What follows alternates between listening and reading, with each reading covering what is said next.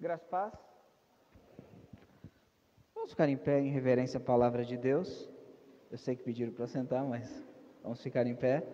E abrir em Romanos, capítulo 6. Romanos 6, versículos de 1 a 5. Hoje é um culto que para os batistas tem um grande significado. Haverá batismo. E hoje nós vamos ver que o batismo é um sermão do Evangelho e da vida de Jesus. Romanos 6, versículo 1 ao 5, assim diz a palavra do Senhor. Que diremos, pois? Permaneceremos no pecado para que a graça abunde? De modo nenhum, nós que estamos mortos para o pecado, como viveremos ainda nele? Ou não sabeis que todos quantos fomos batizados em Jesus Cristo, fomos batizados na sua morte? De sorte que fomos sepultados com ele pelo batismo na morte, para que, como Cristo foi ressuscitado dentre os mortos, pela glória do Pai, assim andemos nós também em novidade de vida.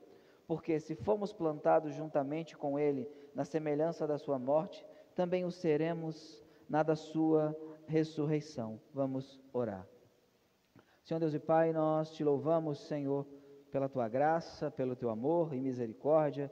Nós te pedimos, Senhor, nesse momento, que o teu Santo Espírito possa aplicar a mensagem aos nossos corações, que a palavra e o Espírito andem juntos, Senhor, e que nós entendamos essa pregação visível do Evangelho e da vida de Jesus, que é a cerimônia do batismo cristão, Senhor.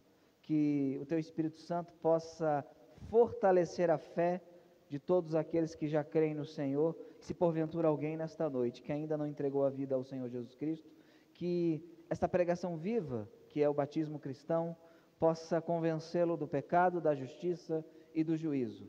Também te peço, Senhor, que tudo aquilo que eu falar nesta noite seja extraído do teu texto sagrado. Essa é a minha oração, no nome de Jesus. Amém. Devemos assentar.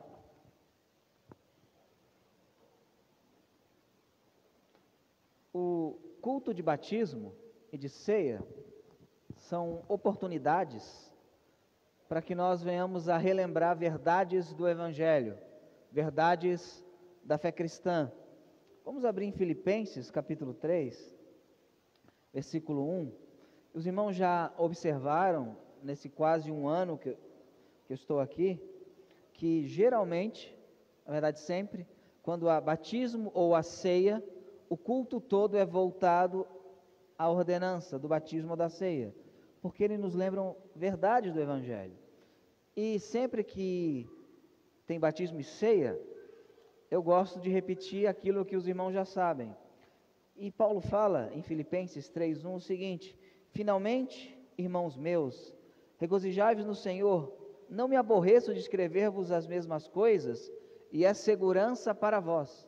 Da mesma sorte, eu não me aborreço no culto de batismo ou de ceia, em pregar exatamente o significado da ceia e do batismo, para que a igreja seja fortalecida na compreensão das ordenanças. Por isso que hoje nós vamos, eu sei que vocês, a maioria já é batista, já sabe sobre batismo, mas nós vamos aprender novamente sobre o batismo cristão. O batismo era para ser um fator de união. O batismo cristão era para ser algo que unisse os cristãos. Infelizmente ele tem causado divisões, e eu quero falar um pouco da gente, dos credobatistas, nós que acreditamos que o batismo é uma ordenança para aquele que crê. Nós por vezes, embora acreditemos nisso, nós não compreendemos o batismo. Nós temos uma visão aquém do que é o batismo. Primeiramente eu devo avisar que o batismo não é um ritual para a salvação, muito pelo contrário. Ali em 1 Coríntios capítulo 1, e depois nós voltamos ao texto base, 1 Coríntios capítulo 1, versículo 17, Paulo fala algo curioso. Ele diz o seguinte: porque Cristo enviou-me não para batizar, mas para evangelizar, não em sabedoria de palavras, para que a cruz de Cristo não se faça vã. Ele não está desprezando o batismo, mas ele fala o seguinte: olha, eu vim aqui para pregar o Evangelho. Por que Cristo não o enviou para batizar? Porque o batismo é a consequência da evangelização. O batismo não salva, o batismo não regenera, o batismo não dá salvação a ninguém. E ali em Atos capítulo 8, temos um caso bem interessante, de Simão, o mago, Atos 8, a título introdutório, versículo 9, Atos 8, 9, diz o seguinte: estava ali um certo homem chamado Simão, que anteriormente exercia naquela cidade a arte mágica, e tinha iludido o povo de Samaria, dizendo que este era uma grande personagem. E o versículo 13 de Atos 8 diz o seguinte: e creu até o próprio Simão, e sendo batizado, ficou de contínuo com Filipe, e vendo os sinais e as grandes maravilhas que se faziam, estava atônito. Então Simão, diz o texto, que ele creu.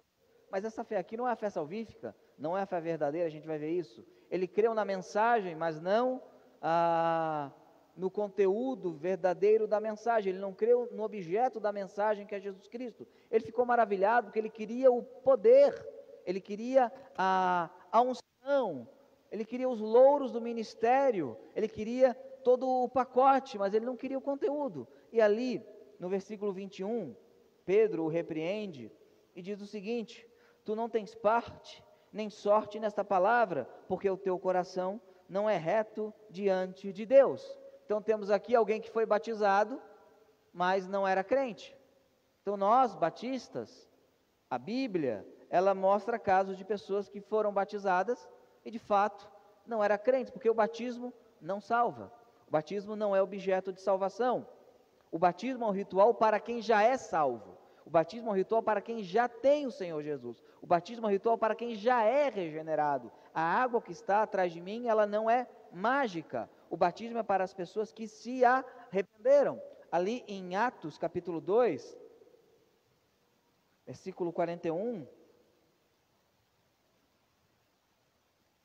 diz o seguinte: de sorte que foram batizados os que de bom grado receberam a sua palavra. E naquele dia agregaram-se quase 3.000 almas. Então, a título introdutório, eu quero dizer aos irmãos que nós, e as Escrituras afirmam que o batismo não é um rito para a salvação, mas é um rito para o salvo. Você não se batiza porque você atingiu a perfeição. Você não se batiza para que Deus lhe salve. Você não se batiza para que você vá morar no céu. Você é batizado como um ato de obediência ao Senhor Jesus Cristo. Por isso que nós somos batizados. Só que existe um perigo quando nós falamos de salvação pela graça. E o perigo é acreditar que salvação pela graça dá licença a viver uma vida de pecado. Voltando para o texto de Romanos, que é o texto base, Paulo faz uma pergunta. No versículo 1, ele diz o seguinte: que diremos, pois? Permaneceremos no pecado para que a graça abunde? Por que ele fala isso? Porque qual era o raciocínio de algumas pessoas? Bem, onde abundou o pecado, superabundou a graça. Então eu vou viver no pecado para que eu seja mais perdoado. Eu vou viver desobedecendo o Senhor para que Ele mais e mais me perdoe, porque onde abundou o pecado, superabundou a graça. Então eu quero que o Senhor Jesus Cristo derrame mais graça sobre mim. Para isso, então, eu vou viver uma vida dissoluta, uma vida contra a lei do Senhor. E Paulo fala: de modo nenhum, versículo 2. E aqui ele introduz o assunto do batismo. Nós que estamos mortos para o pecado, como viveremos ainda nele? E aqui ele começa a fazer a ligação entre o batismo, a vida de Jesus e o Evangelho. Todo o ritual, e existem 2 rituais, 2 ordenanças na igreja, eles são pregações e sermões da vida de Jesus. Então, o que nós vamos fazer hoje à noite é uma recapitulação da vida do Senhor Jesus Cristo. E ele começa então a nos lembrar que o batismo é um sermão do Evangelho e da vida de Jesus. De que maneira? Ele nos lembra da morte de Cristo, ele nos lembra da ressurreição de Cristo e ele nos lembra da nova vida de Cristo. Em primeiro lugar, o batismo nos lembra da morte de Cristo. Versículo 3. Ou não sabeis que todos quantos fomos batizados em Jesus Cristo, fomos batizados na sua morte, de sorte que fomos sepultados com Ele pelo batismo na morte. Aqui ele está nos lembrando de uma verdade essencial. O batismo lembra que Jesus Cristo morreu pelos pecados, porque o batismo, ele é uma imersão, ele imerge a pessoa e quando você morre, você é imergido na água, podemos assim dizer. Então ele está linkando aqui o ato de sepultar com o ato de imergir. Ele está dizendo o seguinte: o batismo me lembra que Cristo morreu. O batismo me lembra a morte de Cristo. O batismo anuncia que Cristo morreu. E morreu pelo quê? Cristo morreu pelos pecados. 1 Coríntios capítulo 15, versículo 3, não precisa abrir, diz que Cristo morreu pelos pecados segundo as Escrituras. Cristo morreu para satisfazer a ira de Deus. Cristo morreu para satisfazer a lei santa de Deus. Cristo morreu para que eu possa ter imputado em mim a sua justiça, e o meu pecado é imputado sobre Jesus Cristo. É isso que está sendo anunciado no batismo. Porque Cristo morreu, e o batismo me lembra a morte de Cristo. Por isso que Paulo aqui, quando vai tratar a luta contra o pecado, ele não apenas fala, não pequem. Ele fala, lembrem-se que vocês morreram com Cristo no batismo.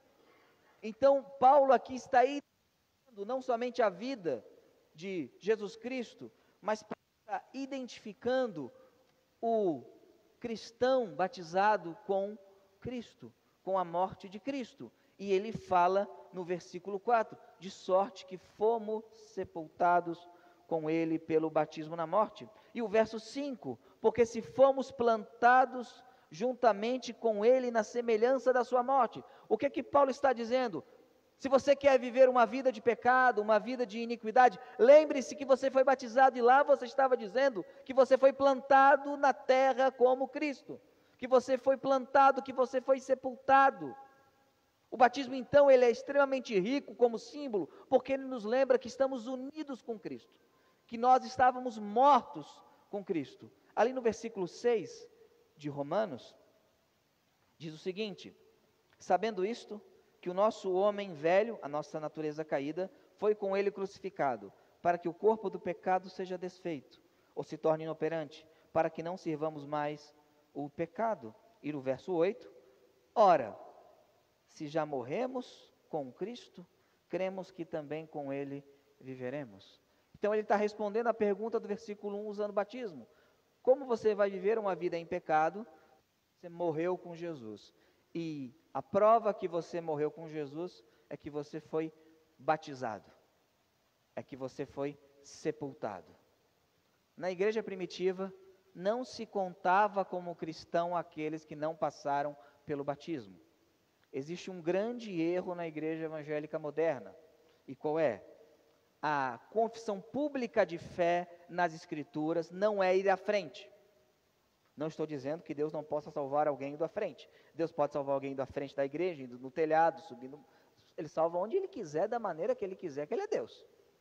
Agora, a confissão pública que você morreu com Cristo, que você é um cristão, na igreja primitiva, era o batismo. Porque no batismo você dizia que você se identificava com a pessoa de Jesus Cristo. Você declarava ao mundo que você tinha morrido com Jesus Cristo e você estava com Cristo na morte.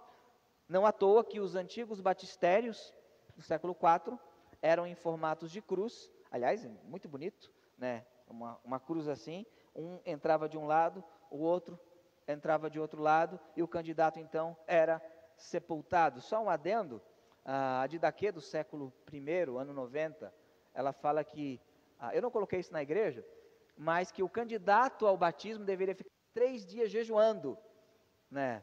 Eu não coloquei porque também fala, quem vai batizar tem que fazer isso também.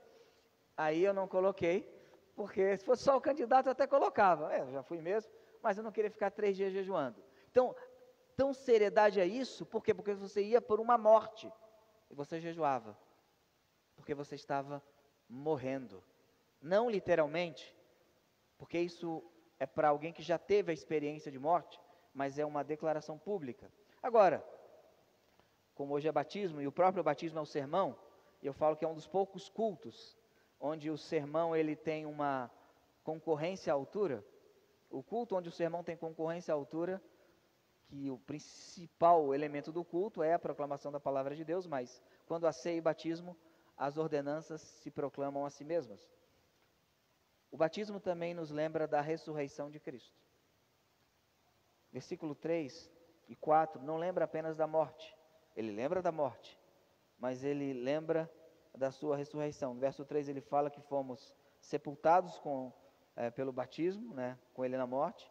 E o verso 4, na parte B, diz o seguinte: para que, como Cristo foi ressuscitado dentre os mortos, pela glória do Pai, assim andemos nós também em novidade de vida. O batismo é um ritual, é uma ordenança que anuncia uma verdade. Cristo morreu, mas ele ressuscitou. E como é que isso é expresso no batismo? Você mata para que a pessoa viva. Por isso que o batismo é um testemunho poderoso, e hoje nós vimos na escola dominical sobre a ressurreição de Cristo, sobre o túmulo vazio, e o batismo aponta isso, que Cristo ressurgiu dos mortos. Se Cristo não tivesse ressuscitado dentre os mortos, o batismo cristão seria absolutamente sem sentido, porque o batismo está proclamando a morte de alguém e a ressurreição de alguém. Se não há ressurreição desse alguém, não há sentido algum o batismo. Por isso que nós entendemos que o batismo é uma recapitulação da vida de Cristo, porque assim como Cristo morreu e ressuscitou, o batismo tem exatamente esses atos. Então, no batismo, nós dizemos ao mundo: Cristo ressuscitou. Por isso que o batismo é uma pregação do Evangelho, porque o batismo fala, Cristo morreu, mas o batismo também fala, Cristo ressuscitou. Por isso, irmãos, eu vejo muitas vezes a falta de reverência em relação ao batismo. Eu vejo batismo em toboágua, que não é batismo, obviamente. Eu vejo batismo sendo feito de maneiras que o Senhor não ordenou. E quando nós não entendemos a seriedade do ato, porque embora o batismo não salve e a água não seja mágica, mas quando nós não entendemos a seriedade do ato, nós esvaziamos a ordenança. E nós não estamos então proclamando o Evangelho. Entendam uma coisa: quando uma pessoa é emergida, ali há a proclamação visível do Evangelho, ali há a proclamação clara do Evangelho. Toda vez que acontece a ceia do Senhor numa igreja, ou acontece o batismo numa igreja, a comunidade, a igreja prega o Evangelho.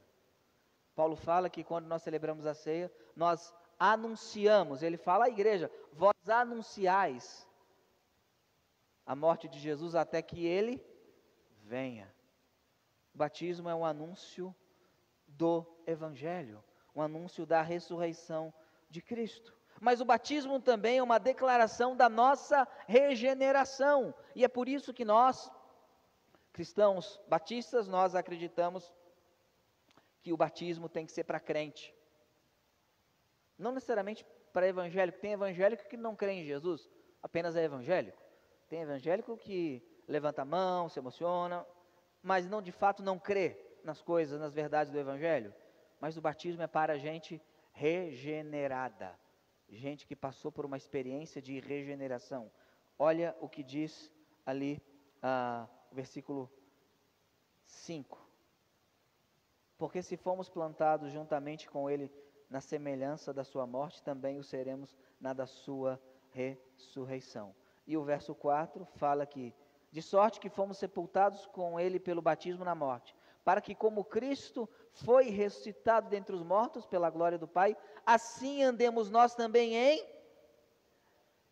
O que Paulo está dizendo?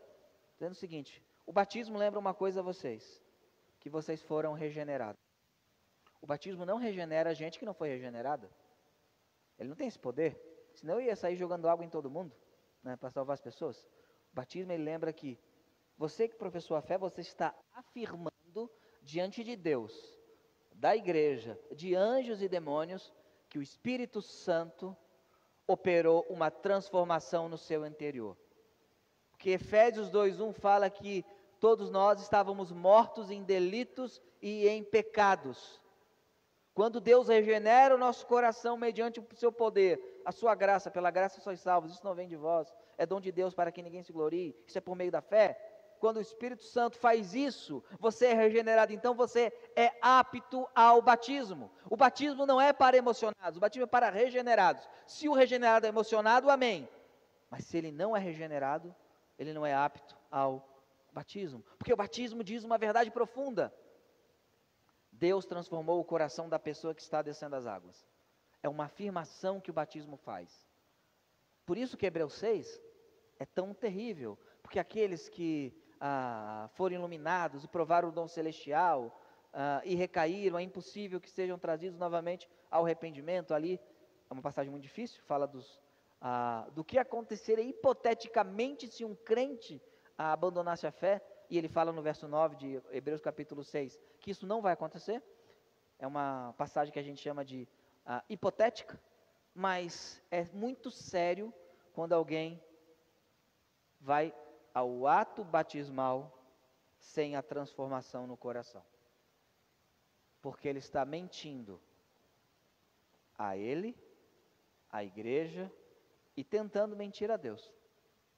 Ele está se comportando como Simão o mago, porque é uma verdade fundamental no batismo: nós fomos regenerados. O batismo é símbolo dessa salvação. Ali em 1 de Pedro, capítulo 3,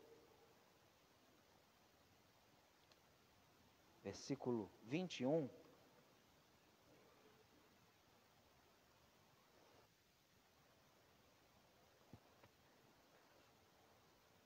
diz o seguinte, aqui está fazendo a aplicação do batismo com Noé.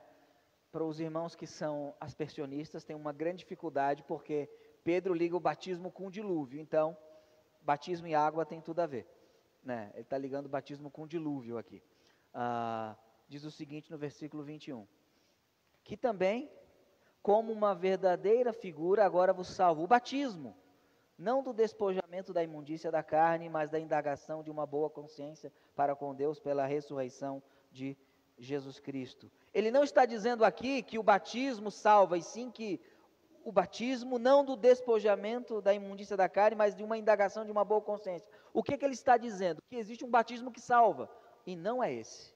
O batismo que salva é o que este batismo aponta, é o que nós chamamos de batismo no Espírito Santo. Quando você se converte, você é imergido no corpo de Cristo. 1 Coríntios 12, 13 fala que todos nós fomos batizados em um único Espírito, formando um corpo. Você é colocado dentro do corpo de Cristo. Esse batismo aponta essa verdade, que você quando recebeu o Senhor Jesus, você quando se converteu, você quando foi salvo dos seus pecados, você foi imergido, você foi colocado no corpo de Cristo.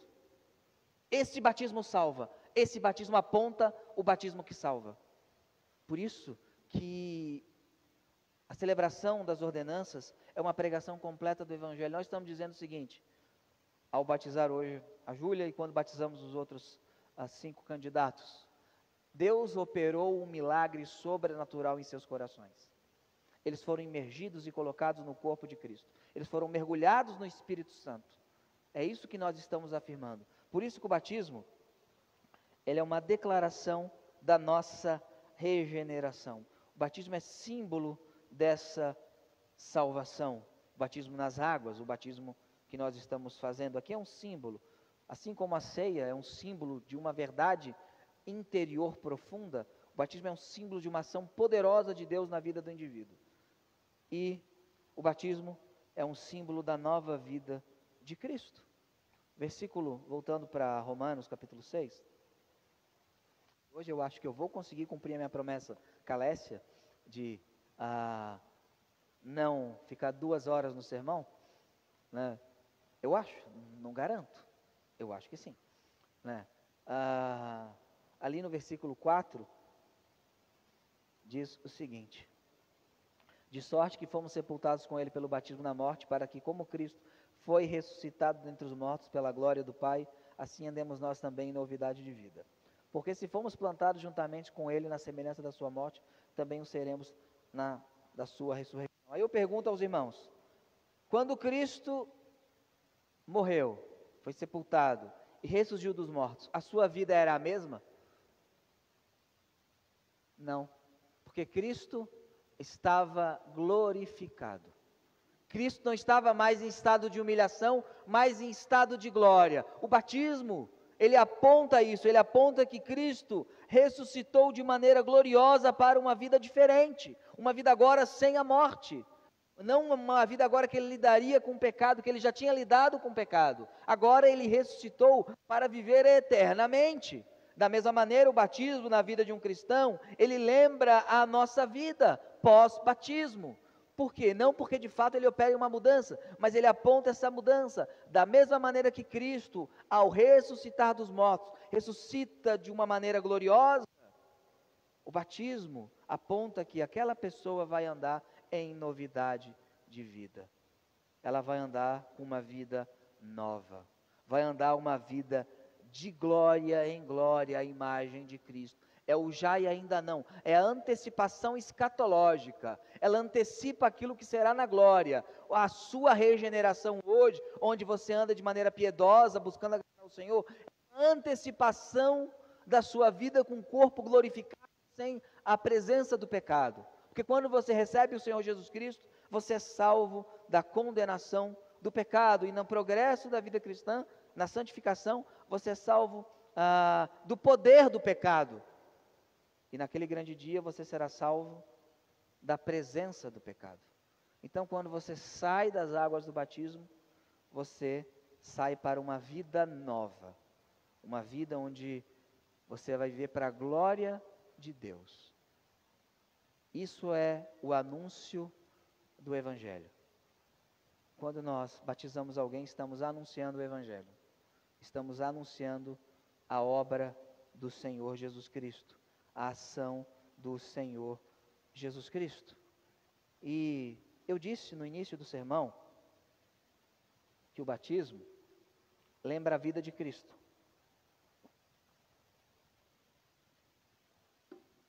Vamos abrir em 1 Coríntios 15.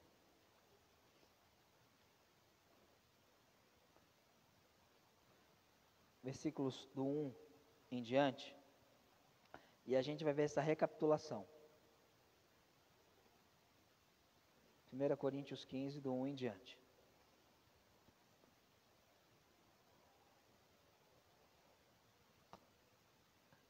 Também vos notifico, irmãos, o evangelho que já vos tenho anunciado, o qual também recebestes, e no qual também permaneceis, e pelo qual sois salvos. E aqui tem um condicional, se o...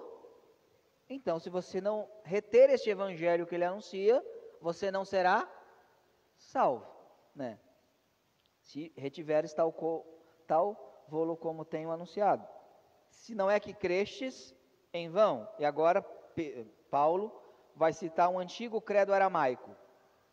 Porque primeiramente vos entreguei o que também recebi, que Cristo morreu por nossos pecados segundo as Escrituras, e que foi sepultado e que ressuscitou ao terceiro dia segundo as Escrituras, e que foi visto por Cefas e depois pelos 12. Por que eu falo que é aramaico? Porque ele está citando Pedro com o nome aramaico dele, Cefas. Agora note uma coisa neste texto. Cristo morreu, foi sepultado, ressuscitou e vive uma nova vida e foi visto por Pedro. O batismo é a recapitulação da vida de Cristo, da sua morte, do seu sepultamento, da sua ressurreição e da sua nova vida. No ato do batismo nós estamos recapitulando aquilo que Jesus fez. Da mesma maneira que no ato da ceia nós estamos recapitulando o que Jesus fez.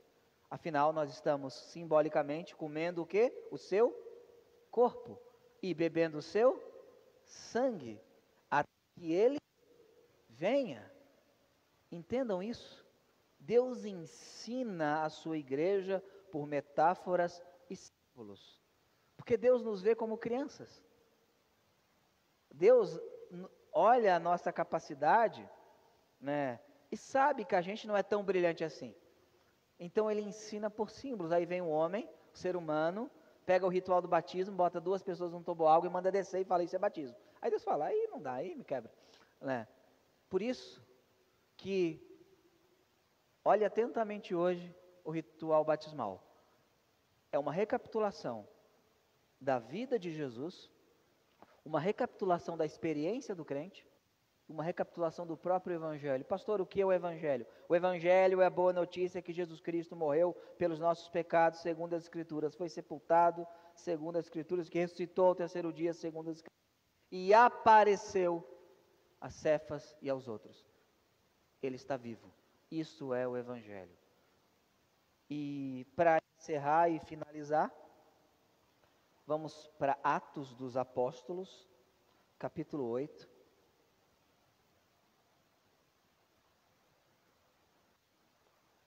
Versículo 34 em diante. Atos dos Apóstolos, capítulo 8, versículos 34 em diante.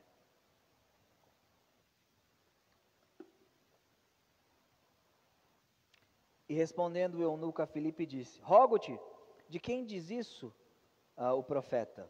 De si mesmo ou de algum outro? Então Filipe, abrindo a sua boca e começando nesta escritura, lhe anunciou a Jesus. E indo eles caminhando, chegaram a uma certa água. E disse o eunuco: Eis aqui a água, o que impede que eu seja batizado? O verso 37 diz o seguinte: E disse Filipe: É lícito, se crês de todo o coração. E respondendo ele, disse: Creio que Jesus Cristo é o Filho de Deus. E mandou parar o carro e desceram ambos a água, tanto Filipe como o eunuco, e o batizou. Alguns pontos aqui antes de eu entregar o púlpito. Primeiro, a gente tem aqui como é que é um verdadeiro batismo. Deve-se ter, em primeiro lugar, a instrução sobre Cristo, né? Versículo 35, fala que Filipe abriu sua boca, começou na escritura, ele anunciou Jesus. Existe uma lenda dizendo o seguinte: a igreja primitiva não instruía ninguém e batizava. Os primeiros batizandos eram judeus, que já eram instruídos, só faltava crer em Jesus. Este homem aqui, ele era um prosélito, um homem temente a Deus, mas não um judeu de nascença. Filipe para o carro e faz um discipulado com ele. Eu não sei quanto tempo levou, mas foi tempo suficiente para ele entender de batismo e de Jesus Cristo. Então ele ensinou essa escritura e ensinou sobre Jesus. Segunda coisa fundamental para um batismo do Novo Testamento, um batismo bíblico: o desejo livre do candidato. O versículo 36. Ele faz uma pergunta: o que impede que eu seja batizado? Os irmãos já perceberam que eu falo sobre batismo, oriento, mas eu não fico implorando ninguém para ser batizado. Eu não imploro. Não imploro mesmo. Quem tem que querer ser batizado, quem é? É a pessoa. Então, aqui tem água, o que impede que eu seja batizado? E aqui tem o terceiro elemento, né? Que é fé pessoal. E disse Filipe: é lícito se crer de todo o coração. E respondendo disse: eu creio que Jesus Cristo é o Filho de Deus. Algumas traduções colocam esse versículo em dúvida, mas esse versículo ele aparece em mais de 44 testemunhos históricos da igreja primitiva. Então, não sou eu que vou tirar, ok? É lícito se crer de todo o coração que Jesus Cristo é o Filho de Deus. E o quarto elemento necessário para o batismo é o sepultamento. E mandou parar o carro e desceram ambos a água. Voltando para Romanos 6, para a gente encerrar. O batismo é um sepultamento. Eu sempre brinco com os meus irmãos pedobatistas que eu nunca vi um sepultamento com um punhado de água na cabeça, né? Eu nunca vi sepultamento assim, né? Não há sepultamento assim. Hoje nós vamos dizer ao mundo que mais uma pessoa está declarando que ela morreu para todo tipo de pecado e ela quer viver uma nova vida. E ela será simbolicamente sepultada. E simbolicamente ela vai ressuscitar dos mortos para uma nova vida. E o evangelho será pregado duplamente, no púlpito e de maneira muito melhor na ordenança que o Senhor Jesus deixou. E é isso que nós vamos celebrar esta noite, irmã.